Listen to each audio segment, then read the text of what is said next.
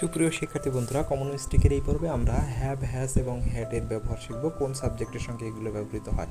Have সাধারণত ব্যবহার হয় আই, ইউ, উই, দে এবং যে কোনো প্লুরাল সাবজেক্টের সঙ্গে। হ্যাজ ব্যবহৃত হয় হি, শি, ইট এবং যে কোনো সিঙ্গুলার সাবজেক্টের সঙ্গে।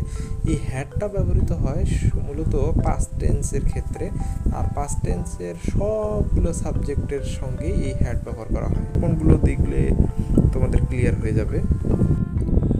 প্রথমে দেখো, আইয়ের সঙ্গে আমরা মূলত হ্যাভ ব্যবহার করি। I have come to meet you.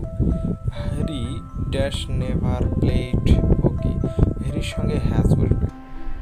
Dash you done the work, এখানে হবে have you done the work. Have you কে গ্রহণ করে। He dash planned to continue his higher education. He has planned হবে। She dash skipped her breakfast. She has skipped her breakfast.